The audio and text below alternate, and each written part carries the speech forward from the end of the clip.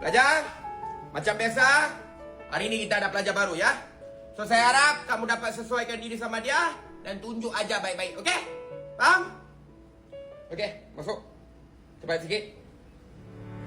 Love is feeling 그대를 처음 본 순간 Love is Hai. feeling Cik cantik ni nama apa?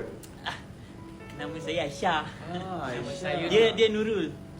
Nurul. Sedap nama. Korang dua single lagi? Nurul single. Aisyah dah taken sebab dia ada mood. Mana ada? Mana manja tu? Brother, Syah So, Syah. macam mana sekolah? Okey. Sayang. Aisyah, jom library.